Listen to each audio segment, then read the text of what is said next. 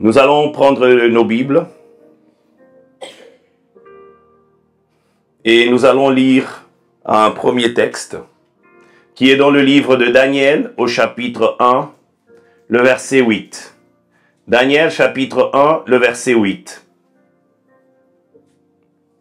Si quelqu'un dans l'assemblée a trouvé, il peut lire pour la gloire du Seigneur. Daniel prit dans son cœur la résolution de ne pas se rendre impur en consommant le mets du roi et en buvant de son vin. Il supplia les chefs du personnel qui n'est pas obligé à se rendre impur. Amen.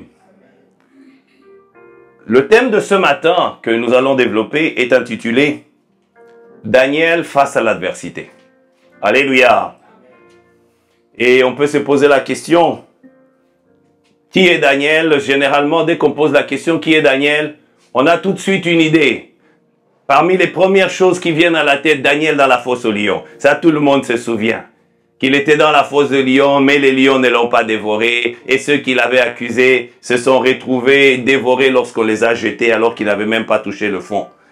On connaît cette histoire-là. Mais au-delà de cela, quand nous regardons ce que Daniel est, dans la Bible, la parole de Dieu, dans Daniel chapitre 1, déjà à partir du verset 3, j'aimerais que quelqu'un regarde dans Daniel chapitre 1, le verset 3, s'il vous plaît. La Bible dit, le roi donna l'ordre à Ashpenaz, chef de ses ennemis, d'amener quelques-uns des enfants d'Israël des races royales ou de familles nobles. Amen. Je vais situer ce texte dans son contexte pour qu'on comprenne un peu de quoi nous parlons ici. Vous savez que chaque fois qu'Israël s'est détourné de Dieu, chaque fois le Seigneur frappait Israël. Et particulièrement, il y a eu un moment où le royaume d'Israël se divisait en deux royaumes. Il y avait le royaume d'Israël avec 10 tribus d'Israël et les royaumes de Juda avec 2 tribus d'Israël. Et ces deux royaumes évoluaient côte à côte. Mais au fur et à mesure que le peuple de Dieu s'est détourné de Dieu, le royaume d'Israël a été conquis et neutralisé longtemps avant. Mais le royaume de Juda était encore là, en train de louer le Seigneur, en train de s'accrocher au Seigneur, mais ça n'allait pas toujours très bien. Et il y a eu un moment où le royaume de Juda s'est retrouvé dans des œuvres qui étaient contre ce que le Seigneur attendait. Ils se sont détournés de l'Éternel pour adorer des idoles. Et à cause de cela, le Seigneur a permis à un certain roi. Moi, je me souviens quand on étudiait à l'école, on nous parlait du roi Nabucodonosor. Ah, tout le monde connaît ce nom-là, tout du moins ceux qui ont étudié en République démocratique du Congo. Bah, on est passé à l'école, on nous a parlé du roi Nabucodonosor. Je crois qu'on a retenu le nom parce que c'était un nom bizarre. Nabucodonosor. C'est pas un nom facile à retenir. Mais ce roi-là s'était levé et il a commencé à conquérir tous les terrains. Et la Bible dit que le royaume de Juda, parce qu'il s'était détourné de l'Éternel, le Seigneur a permis à ce roi Nabucodonosor de prendre la ville de Jérusalem, de prendre le royaume de Juda. Ils ont pris ce royaume, ils ont pris les habitants de ce royaume, ils sont allés dans la maison de l'Éternel, ils ont même pris certains articles qui étaient consacrés à l'Éternel et ils sont partis avec. Mais en partant, ils ont amené le roi. Et la Bible nous montre dans un autre passage que ce roi-là, parce qu'il s'était détourné de l'Éternel, le Seigneur a fini par faire une déclaration en disant qu'il allait être enterré comme on enterre un âne. C'est-à-dire que quand une bête mourait sur le bord de la route, on ne prenait pas le temps de creuser, on ne prenait pas le temps de l'enterrer, on laissait la carcasse là. Et les gens continuaient. Alléluia. Et c'est ce qui est arrivé à ce roi Joachim, qui a longtemps été roi, mais qui s'est détourné de Dieu. Et parce qu'il s'est détourné de Dieu, Dieu s'est détourné de lui. Et il a terminé sur le bord du chemin. Et pendant que le roi Nabucodonosor a mené les biens qu'il avait conquis, il a pris aussi des jeunes gens de certaines familles nobles et d'autres qui étaient même de la race royale. Alléluia. Et on a pris des jeunes qui étaient intelligents, qui étaient beaux, qui présentaient très bien pour les amener dans le royaume des Perses, où ils allaient pouvoir enfin découvrir la culture de Babylone. Et c'est là que Daniel est arrivé. Et vous savez, bien aimé, Daniel est quelqu'un qui a connu l'adversité. L'adversité en quoi? Parce que quand on venait arracher les gens dans la famille, c'est pas comme les gens qui disent, bon, moi je vais aller au Canada pour étudier, je vais aller en Europe pour travailler, nous avons tous des projets de voyage quelque part. Mais c'est nous-mêmes qui prenons la décision de partir. Et quand on rencontre des problèmes et des difficultés, on s'accroche parce qu'on sait que j'ai décidé de venir dans ce pays. Mais Daniel et ses compagnons n'ont pas choisi. On est venu les arracher. Imaginez une mère qui voit son enfant partir et elle ne peut rien faire pour le retenir. Imaginez un enfant qui est là, qui est en train de voir déjà comment les choses vont évoluer dans sa vie. Il se voit grandir, il se voit évoluer et tous ses rêves tombent par terre. Alléluia.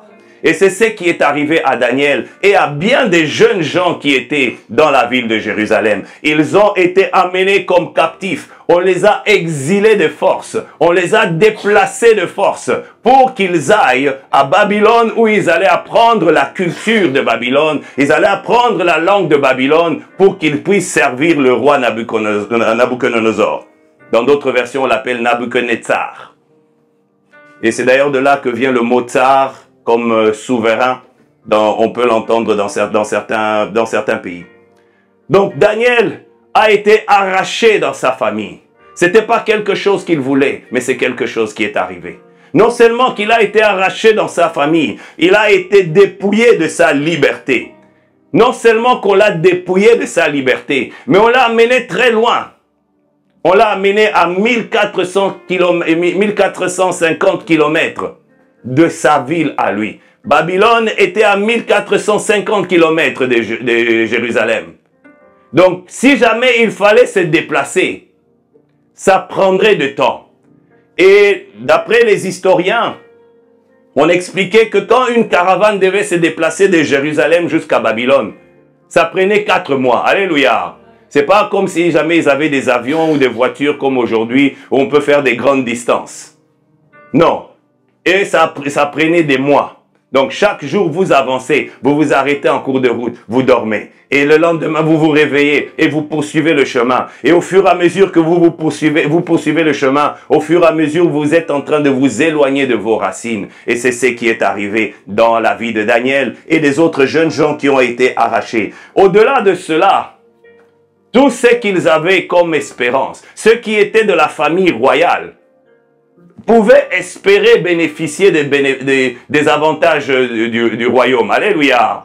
L'enfant qui arrive a déjà son avenir dressé. Alléluia. On lui a déjà assigné un personnel qui allait s'occuper de lui. On lui a déjà donné tout le nécessaire pour qu'il puisse arriver à la destination qu'il devait avoir dans sa vie. C'est-à-dire être à la royauté ou circuler autour de la royauté. Alléluia. Toutes ces personnes avaient déjà des programmes. Toutes ces personnes avaient déjà une orientation. Mais qu'est-ce qui est arrivé? Il est arrivé que quand le roi Nabuchodonosor est arrivé et qu'il a emporté, tous les projets sont tombés à l'eau. Alléluia. Daniel a rencontré des adversités. Alléluia. Et quand nous parlons des adversités, si jamais nous regardons dans le dictionnaire, on nous définit l'adversité comme étant un sort contraire. C'est-à-dire que tu veux aller dans une certaine direction, mais les événements t'envoient dans une direction opposée. Alléluia.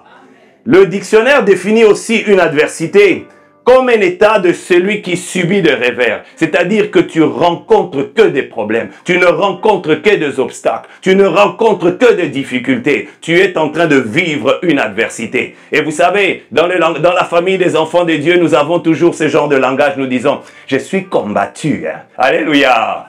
C'est le genre de discours que nous sortons parce que nous voulons aller dans une certaine direction. Mais les choses ne se présentent pas comme ça. On dirait que chaque fois que nous voulons progresser, il y a des obstacles qui se dressent dans notre vie. Au point que certaines personnes ont même dit, oh, moi, quand je ne priais pas, je n'avais pas ce genre de problème. Mais depuis que je commence à prier, on dirait qu'il y a des problèmes sur problèmes. Alléluia. Et moi, je définirais aussi l'adversité comme étant tout obstacle qui vient se dresser entre un enfant de Dieu et Dieu. Alléluia. Chacun d'entre nous vit des combats. Chacun d'entre nous expérimente l'adversité. Chacun d'entre nous expérimente des difficultés. Tu te lèves parfois et tu rencontres tout de suite un problème. Une mauvaise nouvelle est arrivée. Un projet que tu as conçu ne se réalise pas. Une planification que tu as faite ne se concrétise pas. Pourtant, tout allait très bien. Tout marchait très bien. Mais à la dernière minute, les choses se sont mal tournées et tu n'as plus finalement atteint l'objectif que tu voulais. Alléluia. Et à ce moment-là, tu es là, en train de dire, mais je suis en train de vivre des adversités. Mais la Bible, nous allons nous inspirer de Daniel pour voir comment Daniel, malgré les adversités qu'il a connues, il est celui qui est parvenu à être vainqueur jusqu'au bout. Alléluia. La Bible, la parole de Dieu nous dit dans le livre de Hébreux au chapitre 6, le verset 12. Hébreux chapitre 6, verset 12, je vais lire rapidement pour gagner du temps. La Bible dit, ainsi ne vous relâchez point, mais imitez ceux qui par la foi et la patience reçoivent l'héritage promis. Alléluia. Bien-aimés, il est parfois des moments dans notre vie où on a l'impression qu'il n'y a personne qui peut nous comprendre à travers ce que nous sommes en train de vivre. On dirait qu'il n'y a que nous qui vivons des difficultés et des situations difficiles. Mais la Bible, la parole de Dieu nous dit clairement ceci.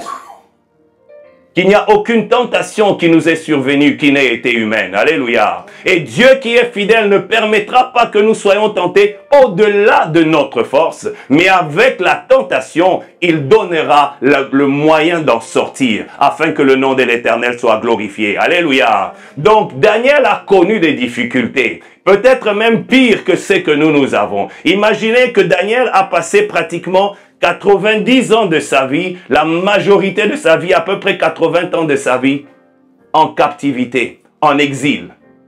Pas un endroit qu'il a voulu, pas un endroit qu'il a choisi. Tout ce qu'il avait conçu ne pouvait plus se réaliser. Mais, bien aimé, le Seigneur demeure au contrôle de toutes choses. Alléluia. Et nous pouvons voir l'adversité se présenter sous différentes formes. Une adversité peut prendre différentes couleurs. Elle peut prendre une coloration négative. C'est-à-dire qu'il y a un problème qui arrive et qui te brise toutes les situations. Tu as fait des projets pour voyager quelque part et finalement le projet ne réussit pas. Alléluia. Tu as fait des projets au travail, tu as travaillé dur, tu as monté des dossiers. Tout le monde est en train de dire, en tout cas, tu as bien fait ton travail. En tout cas, le poste qui doit venir là, il doit être à toi. Mais à la dernière minute, il y a une situation négative qui arrive. On donne le poste à quelqu'un d'autre. Quelqu'un peut-être qui n'a pas travaillé comme toi. Peut-être quelqu'un qui n'a pas fait autant que toi. Peut-être quelqu'un qui ne connaît pas autant que toi. Mais c'est cette autre personne qui reçoit. Et toi, tu es là, tu dis, tout ce que j'ai fait, tout ce que j'ai investi, pourquoi je n'ai pas bénéficié? Pourquoi je n'ai pas tiré le fruit de cela? Tu vis une situation amère, tu vis une situation négative et ça affecte ta vie. Alléluia. Mais parfois l'adversité se présente aussi sous une coloration positive. Alléluia. Qu'est-ce que je veux dire par là? À certains moments, certains avantages que nous pouvons avoir peuvent devenir des freins dans notre marche chrétienne. Alléluia. Je vais donner un exemple terre à terre. Un frère qui était en train de chercher un travail. Il a déposé des dossiers à gauche et à droite. Rien. Tout semblait fermé. Ce frère-là, tous les dimanches à l'église, il est là. Les veillées, il est là. Les prières matinales, il est là. Les jeûnes et les prières, oh, n'en parlons même pas. Il en fait même plus que ce que l'église demande. Alléluia. Parce qu'il est en train de prier, Seigneur, donne-moi du travail.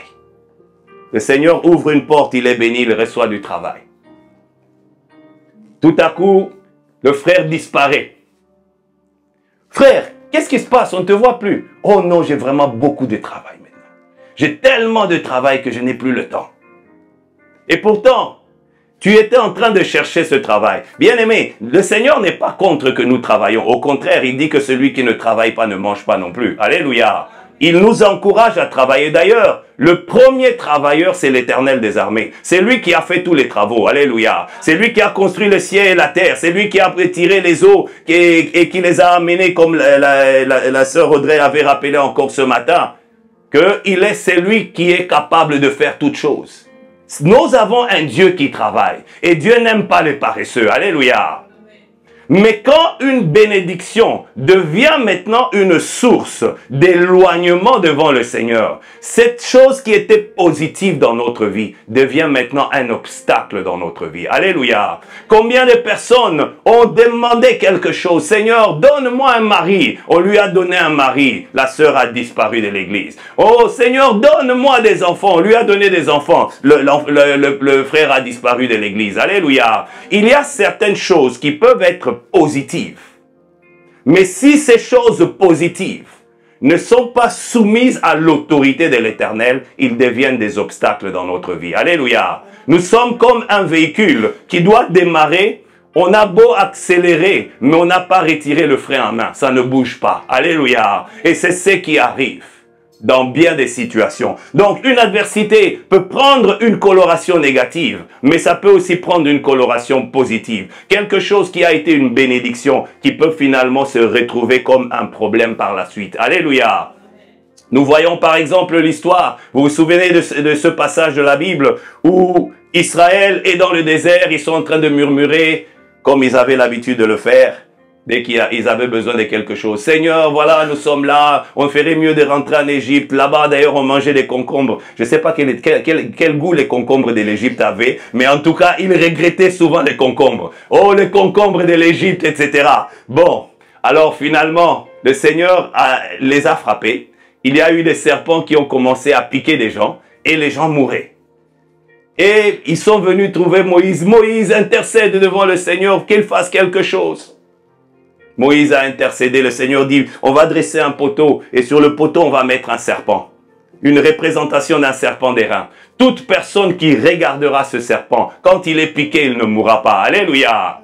Et effectivement, dès que ce serpent d'airain était placé, toute personne qui regardait ce serpent d'airain gardait la vie, même s'il venait d'être piqué. La seule chose qu'il avait à faire, c'est regarder le serpent d'airain et rester en vie. C'était une bénédiction. Mais vous savez qu'est-ce qui s'est passé? Lorsqu'Israël est entré dans la terre promise, ils ont amené ce serpent d'airain. Et plus tard, c'était devenu une idole. Dès qu'ils avaient quelque chose, ils venaient devant le serpent d'airain pour demander que Dieu agisse dans leur vie. Alléluia. Le serpent d'airain avait fini par prendre la place que l'Éternel devait avoir dans leur vie. Ils ont commencé à louer le serpent d'airain. Ils ont commencé à rendre un culte au serpent d'airain. Au point qu'il y a eu un moment, un roi est arrivé, il a dit non, on ne peut pas continuer comme ça. Et la Bible dit qu'il a détruit ce serpent d'airain. Bien-aimés, quand nous restons attachés à ce qui a été notre bénédiction hier, nous limitons Dieu en disant que tu ne peux plus me bénir aujourd'hui. Alléluia. Nous restons nostalgiques de l'époque où Dieu avait fait cela, en oubliant que ce Dieu-là n'a pas changé. Ce qu'il a fait hier, il peut encore le faire aujourd'hui. Il peut même faire mieux aujourd'hui. Il peut même faire davantage aujourd'hui, parce qu'il n'y a en lui aucun nombre de variations. Il est et il demeure tout puissant. Il est et il demeure au-dessus de toutes les situations. Lorsqu'il paraît, l'adversité fléchit les genoux, parce que le roi des rois est là, parce que le Seigneur des seigneurs est là. Alléluia. Et vous savez, l'adversité peut prendre aussi une coloration relative. Je vous explique. Tu dois aller au travail. Il fait moins 25. Tu t'habilles malgré tout. Il y a le verglas, mais tu vas quand même au travail. Alléluia. Pourquoi? Parce que c'est là que tu dois avoir ton salaire. Alléluia. C'est là que tu vas avoir de l'argent qui va te permettre de payer tes factures, etc. Ça ne t'empêche pas d'aller. C'est un obstacle qui se présente. La neige qui est là, la température basse de moins 25 qui est là, le verglas qui est là, sont des obstacles qui se dressent devant toi. Mais ça ne t'arrête pas, tu dis, malgré cela, je vais avancer. Dimanche, c'est l'heure de venir à l'église. Frère, pourquoi tu parles? Oh, tu n'as pas vu qu'il y avait le verglas. Oh, durant la semaine, quand il y avait le verglas, tu pouvais aller au travail. C'était pas un problème. Mais dimanche, quand tu dois rencontrer ton Dieu, ça devient maintenant un problème insurmontable. C'est que tu as su surmonter dans la semaine. Mais quand il s'agit maintenant du Seigneur, tu dis non, aujourd'hui, il y avait le verglas. Et peut-être que la température était même à moins 5. Oh, il faisait moins 5. À moins 30, tu pars au travail. Mais à moins 5, tu dis non, non, Seigneur, non. Regarde, il fait moins 5. Oh, à un moment même, tu vas commencer. Seigneur, je commence même à tousser, Seigneur. Alléluia. Une chose peut être un obstacle. Mais si dans notre cœur, nous avons décidé que ce n'est pas un obstacle, ça ne sera pas un obstacle. Alléluia. Parce que nous allons vouloir aller toujours. Mais à certains moments, quand nous décidons que ça devienne un obstacle, ça devient un obstacle. La même chose. Peut-être même plus petit que ce que nous avons connu auparavant. Pourquoi? Parce que nous avons défini nos priorités. Alléluia. Et si Dieu n'est pas une priorité dans ta vie, même la chose la plus petite deviendra un prétexte pour toi de ne pas servir le Seigneur, de ne pas marcher avec le Seigneur, de t'arrêter quelque part en cours de route, de te trouver une excuse pour dire je n'ai pas pu faire ceci, je n'ai pas pu accomplir cela parce qu'il y avait cet obstacle ici. Alléluia. L'adversité peut prendre différentes colorations, mais vous savez, bien-aimés, la Bible nous montre que nous ne sommes pas condamnés à subir l'adversité. Mais l'Éternel est celui qui a résolu toutes choses et il a des solutions pour toutes les situations. Alléluia. L'adversité peut te donner l'impression que tu es sur le point de mourir. Mais la Bible, la parole de Dieu nous dit que la vallée de l'ombre de la mort n'est pas ta destination. Ce n'est pas le lieu que Dieu a dit que c'est là que tu vas finir ta vie. Notre Dieu a dit que c'est juste un lieu de passage et dans ce lieu de passage, lui est avec toi. Oh, il ne t'a pas abandonné, il ne t'a pas délaissé, il est celui qui est avec toi. La Bible dit, tu es avec moi, ta houlette et ton bâton sont là pour me rassurer que tu es avec moi. Oh, je ne fais que traverser, c'est juste un lieu de passage, ce n'est pas ma maison, ce n'est pas ma destination, c'est juste un lieu de passage. Et ce qui est génial, c'est que je ne le traverse pas seul, je le traverse avec le roi des rois. Alléluia. Et donc, par rapport à notre adversité, nous pouvons avoir différentes réactions. Alléluia. Certaines personnes face à l'adversité, certaines personnes face aux problèmes, certaines personnes face aux difficultés qui se dressent, peuvent se résigner. Alléluia. Dire, ah, que voulez-vous? Ce sont les choses qui arrivent. C'est Dieu qui a voulu que ça soit ainsi. Qui sommes-nous pour discuter? Qui sommes-nous pour protester? Alléluia. Et certaines personnes restent dans leur situation, dans leur adversité, parce qu'ils ont pris le temps simplement de se résigner, de dire, nous allons être comme ça. Alléluia. Vous savez, en République démocratique du Congo, il y a un animal qu'on ne trouve nulle part ailleurs. L'okapi. C'est un animal qui devrait d'ailleurs normalement figurer parmi les patrimoines du Congo. Comme ici au Canada, nous avons notre canard qui est vraiment le patrimoine. Nous avons la chouette d'hiver qui est le patrimoine. Ils valorisent ce qu'ils ont en particulier, qu'on n'a nulle part ailleurs. Alléluia. Et vous savez ce qui caractérise un peu l'okapi? Dès qu'il y a la pluie, pendant que tous les autres animaux vont se cacher, l'okapi reste là. Il reste sous la pluie. Il attend que la pluie termine pour pouvoir vaquer à d'autres choses. Alléluia. Et beaucoup de chrétiens sont là comme ça. Dès qu'un problème arrive, ils restent là. Ils ne prient pas. Ils ne réagissent pas. Ils disent bon. Et comme disent certains Congolais, Nzambe Karabosala. Dieu va seulement agir à un moment. On ne sait pas quand, mais on reste là simplement. Je vais rester là sous la pluie, je vais rester attendre. Alléluia. Tu ne pries pas, tu ne recherches pas la face de l'Éternel, tu fais rien, tu restes là à attendre. Bien-aimé, si tu restes dans la résignation, tu demeureras dans ton adversité. Alléluia. Et parfois, la sortie de ton adversité ne dépend que de la décision que tu prends. Alléluia. Quand tu prends la décision de rester, tu vas rester là-dedans. Et tu vas rester aussi longtemps que ce sera nécessaire. Tu seras comme un prisonnier dont on a ouvert la porte de la prison, mais tu es tellement habitué d'être dans la prison que malgré que la porte est ouverte, tu dis, ah, elle est ouverte, mais est-ce que je suis vraiment libre? Je vais rester là. Alléluia. Et les gens te regardent et disent, mais la porte est ouverte. Il dit, ah non, mais je suis en prison ici.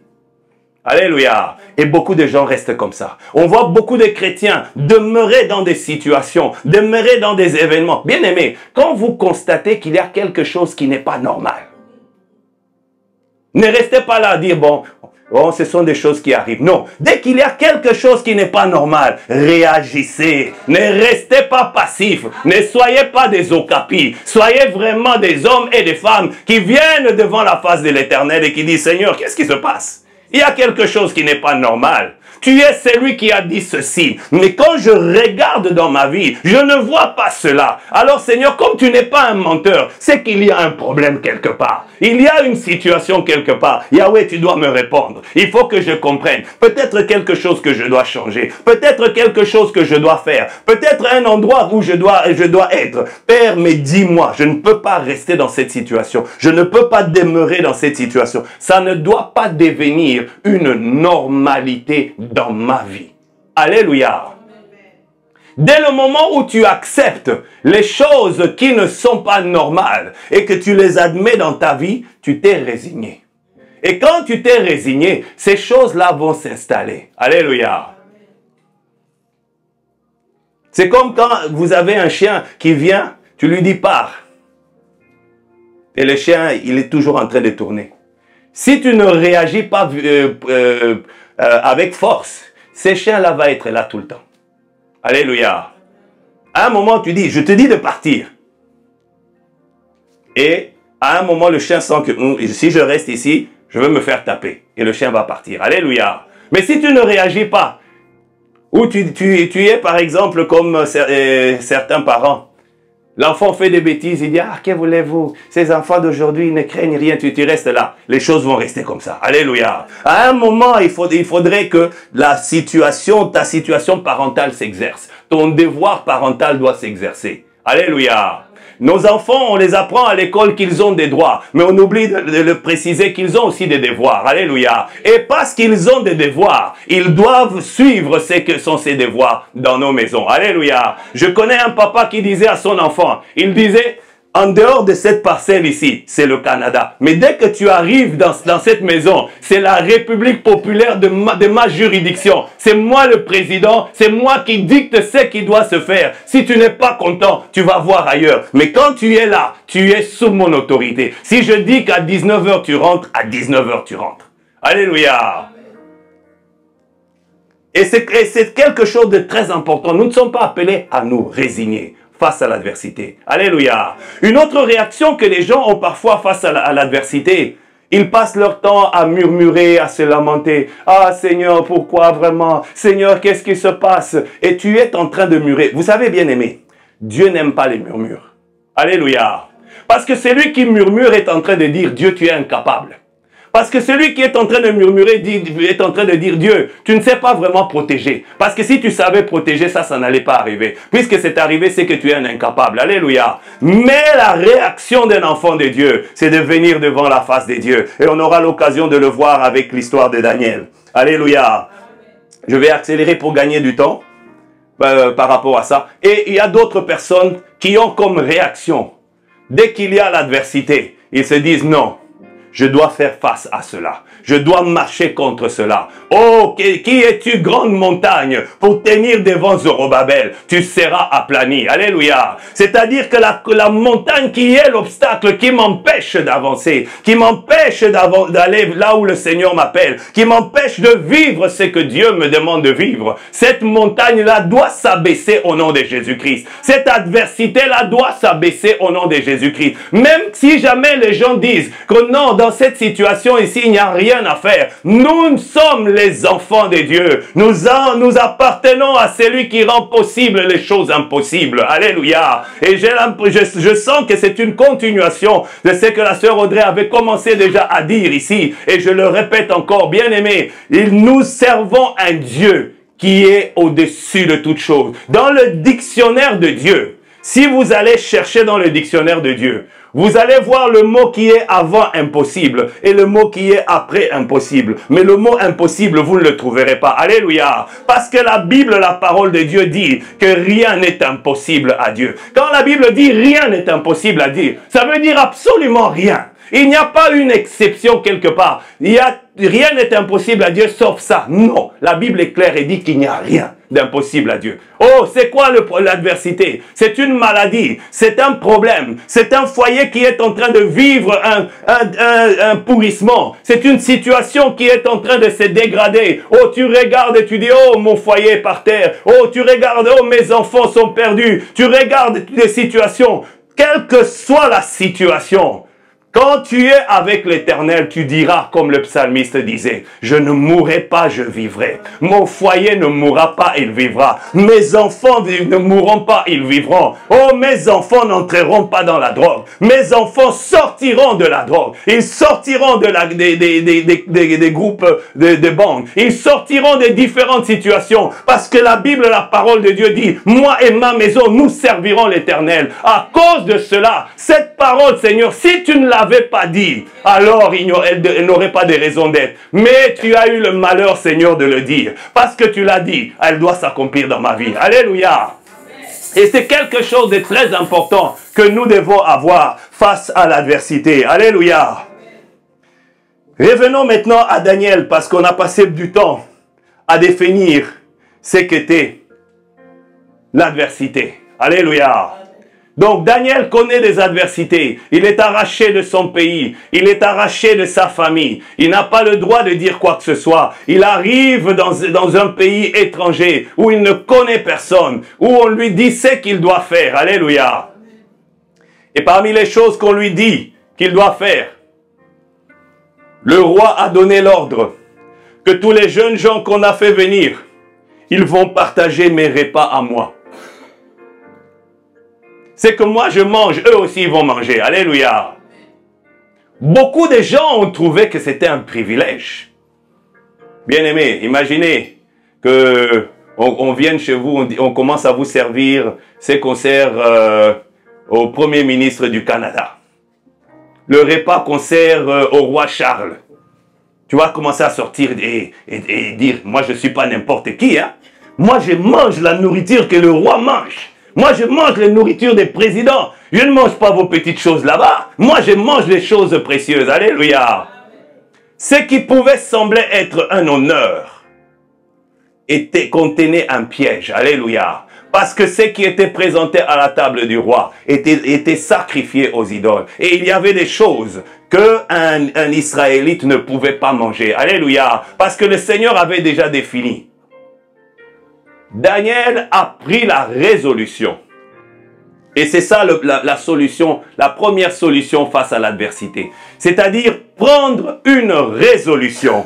C'est-à-dire, dès qu'il y a un problème, ne reste pas passif. Prends une décision.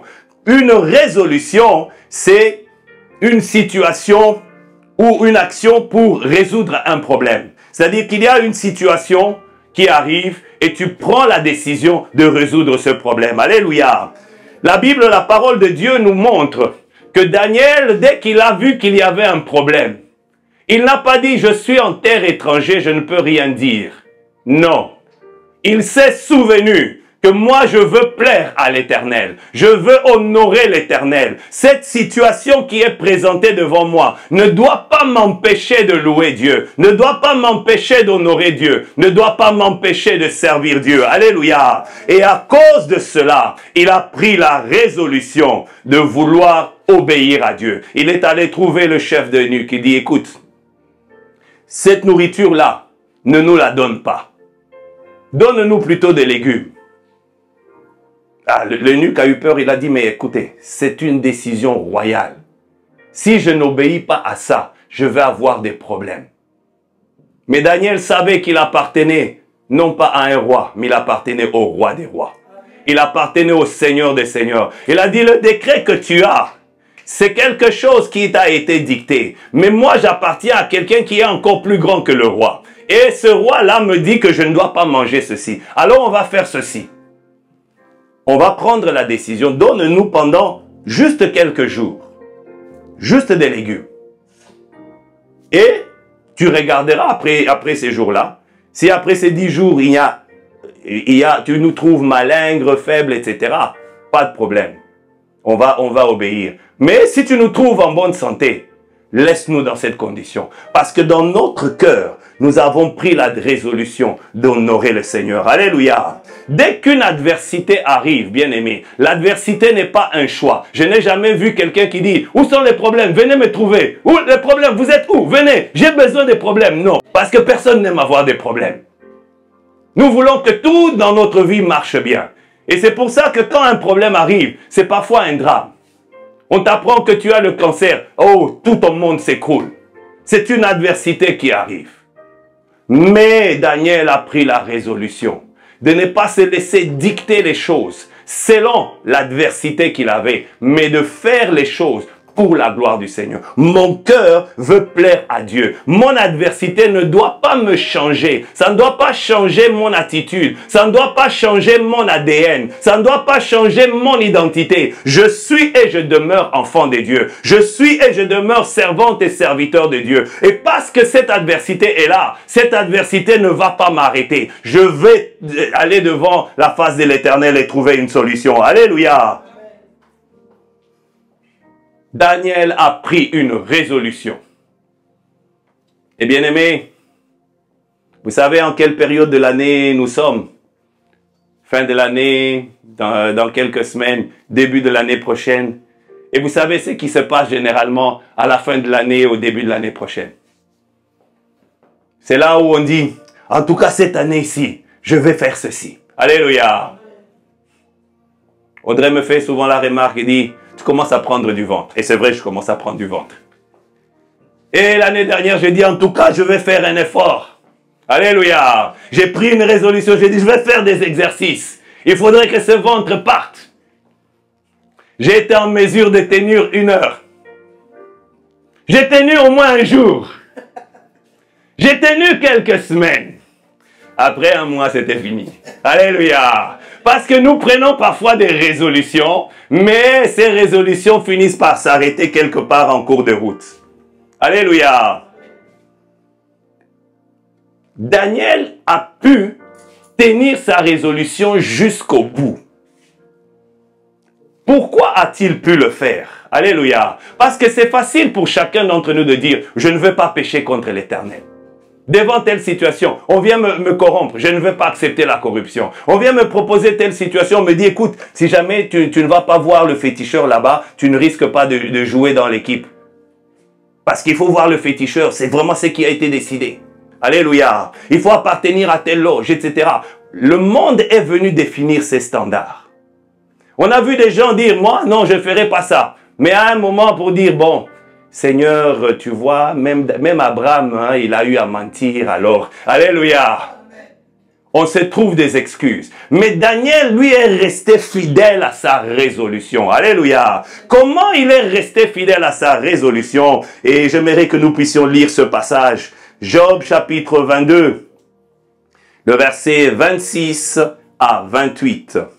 Job chapitre 22, le verset 26 à 28, si quelqu'un a trouvé. Car alors tu feras tes délices du Tout-Puissant. Tu lèveras le visage vers Dieu. Oui, tu l'imploreras et il t'exaucera. Et tu l'acquitteras et tu t'acquitteras des vœux que tu as faits. Aux décisions que tu prendras, répondra le succès. Et sur tous tes ennemis brillera la lumière. Alléluia. La Bible, la parole de Dieu dit ceci. Alors tu feras de l'Éternel tes délices.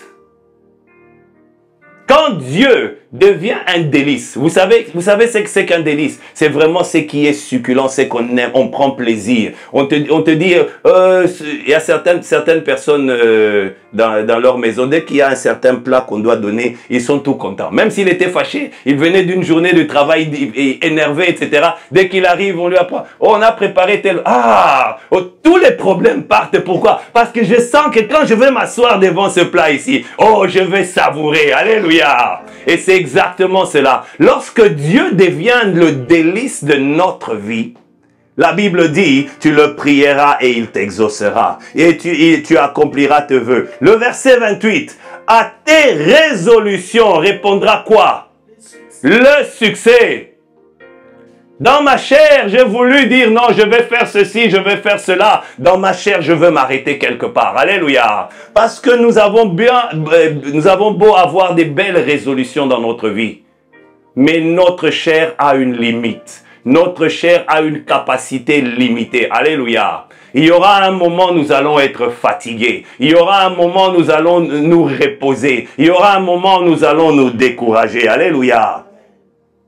Mais quand l'Éternel, quand l'Esprit de Dieu est celui qui vient fortifier nos vies, oh, quand nous sommes sur le point de fatiguer, la Bible dit qu'il est celui qui nous renouvelle les forces. Lorsque nous sommes sur le point d'abandonner, il est celui qui vient nous saisir. Il dit non, non, non, tu n'as pas encore fini, continue. Il te donne la capacité d'aller de l'avant. C'est pour ça que Paul est en train de dire, je puis tout par celui qui me fortifie. Oh, moi-même, je ne suis pas capable. Mais quand Dieu me fortifie, oh, je deviens un géant, je deviens tout puissant. Il n'y a rien ni personne qui peut m'arrêter. Et bien aimé, si nous voulons que nos résolutions tiennent, nos résolutions doivent reposer sur le Saint-Esprit. Alléluia. L'Esprit de Dieu doit être celui qui est le moteur de notre vie. L'Esprit de Dieu doit être celui qui fortifie nos vies. Parce que notre chair s'arrêtera à un moment. Mais ce qui est bien avec l'Esprit de Dieu, il n'a pas de date de péremption. Dès qu'il commence, c'est pour l'éternité. Alléluia. Dès qu'il agit, c'est pour aller jusqu'au bout, pour te faire franchir la ligne finale. Tant que tu n'es pas arrivé, il va te pousser, il va t'amener, vas-y, continue. Il va te renouveler la force, il va te redonner une nouvelle capacité de marcher en vainqueur et d'arriver jusqu'au bout. Alléluia. Ce Dieu-là n'a pas changé. Daniel a pris la résolution dans son cœur de ne pas se souiller contre l'Éternel. On me propose des belles choses. Il y avait beaucoup de jeunes qui étaient venus avec Daniel. Les autres étaient contents de manger les repas du roi. S'ils envoyaient des nouvelles à leur famille, ils disent, bon, je suis ici en exil loin de vous, mais au moins je mange les repas du roi. Alléluia. Pour certaines personnes, c'est une réussite. Mais pour Daniel, la réussite, c'était de plaire à Dieu. Et quand notre cœur est résolu à plaire à Dieu, le Seigneur viendra toujours à notre secours. Alléluia. Et vous savez ce qui est merveilleux? Si vous lisez le passage que nous avons donné, Daniel chapitre 1, le verset 8, la Bible ne parle que de Daniel. C'est Daniel qui a pris la résolution. Alléluia. Et parce qu'il a pris cette résolution, il y avait 3 autres jeunes qui l'ont vu, ils ont dit, oh, nous aussi on avait envie de cela, mais on n'avait pas le courage. Mais voilà quelqu'un qui nous a donné du courage. Nous aussi on veut faire comme lui. Alléluia. C'est comme ça que Daniel, Shadrach, Meshach et Azaria ont été des personnes qui ont bénéficié des promesses de Dieu. Alléluia. Pourquoi? Parce qu'il y a eu quelqu'un qui les a motivés. Alléluia. Aujourd'hui, bien-aimé, le Seigneur attend de toi que tu sois un motiveur pour les autres. C'est toi qui dois motiver les autres. Tu dois pousser les autres. Oh, quand tu vois qu'il y a quelqu'un qui traîne quelque part, toi manifeste ta fermeté avec le Seigneur. Ça va encourager quelqu'un. Quelqu'un va regarder et va dire, je croyais que c'était impossible, mais ça a été possible dans sa vie. Donc ça peut être possible dans ma vie. Alors Seigneur, donne-moi la force. Si jamais tu as été en mesure de le soutenir, tu peux me soutenir aussi. Alléluia. Nous sommes appelés à nous encourager mutuellement. Nous sommes appelés à nous fortifier mutuellement. Alléluia. Il est déjà 12 heures. Je vais devoir arrêter. Donc, bien-aimés, par la grâce du Seigneur, nous allons continuer ce partage le dimanche prochain, toujours à cette place ici. de 10h à 12h. Donc nous allons pouvoir terminer cela. Mais bien aimé, dans cette première partie, prends la résolution de plaire à Dieu. Dès que tu vois une situation qui arrive dans ta vie, dans ton foyer, dans ton travail, ne reste pas passif. Ne reste pas indifférent. Ne reste pas comme l'Ocapi à dire « j'attends que la pluie cesse ». Un jour, Dieu va faire. Non. Tiens-toi sur la brèche. Tiens-toi devant la face de l'Éternel. Viens devant le Seigneur dire « Seigneur, il y a une contradiction. Comme je sais que tu n'es pas un menteur, c'est qu'il y a un problème quelque part. » Alléluia. Si jamais vous essayez, vous voyez qu'il y a de l'électricité partout dans la maison et qu'il y a une ampoule qui ne s'allume pas, vous vous dites, ce n'est pas le problème de l'électricité, c'est l'ampoule que je dois remplacer. Alléluia. Tu ne vas pas te dire, bon, comme l'ampoule est morte, je vais simplement laisser ça comme ça. Non, tu vas remplacer parce que ce n'est pas normal que ça reste comme ça. Alléluia. De la même manière dans notre vie, bien-aimé, dès que tu vois une situation qui n'est pas normale, ne reste pas indifférent. Ne t'habitue pas à cela. Parce que si tu t'habitues à cela, tu l'acceptes. Et si tu l'acceptes, il va demeurer. Il va demeurer le temps qu'il le faut. Jusqu'à ce que tu dises, « Hey, tu n'as rien à faire ici. Ce n'est pas ta propriété, ce n'est pas ta maison. Sors de cet endroit. » Alléluia. Et c'est à ce moment-là que l'adversité va partir. Mais si tu l'acceptes, il va rester. Il va dire, « Oh, on m'a souhaité le bienvenu, je vais rester. » Il va même faire venir les autres. « Hey, les amis, venez. Il y a un endroit où on nous accueille. » Et les problèmes commencent à venir et tu ne comprends pas. Mais qu'est-ce qui se passe? Mais parce que tu as permis. Alléluia. Daniel, face à l'adversité, a résolu de plaire à Dieu. Il a décidé de ne pas accepter les choses. Je vais plaire à Dieu, quel que soit le coût. Et vous savez, bien aimé, qu'après le temps qui a été défini, la Bible dit que non seulement Daniel et ses 3 compagnons étaient en meilleure santé, mais le Seigneur, parce qu'il a voulu, et Daniel et ses compagnons ont voulu plaire à Dieu, les a rendus plus intelligents que tous les autres jeunes. Alléluia. Il y avait plein de jeunes qui venaient de Jérusalem, mais il y en avait 4 qui ont résolu de plaire à Dieu. Bien aimé, quand tu te résous dans ton cœur de plaire à Dieu, la différence doit se manifester. Il faut qu'il y ait une différence. Les choses ne peuvent pas être pareilles. Il faudrait qu'on puisse faire la différence. Ça, c'est un enfant de Dieu. Et celui-là, un cousin. Alléluia. Nous allons prier pour clôturer ce moment. Et Dieu voulant, nous allons continuer le dimanche prochain.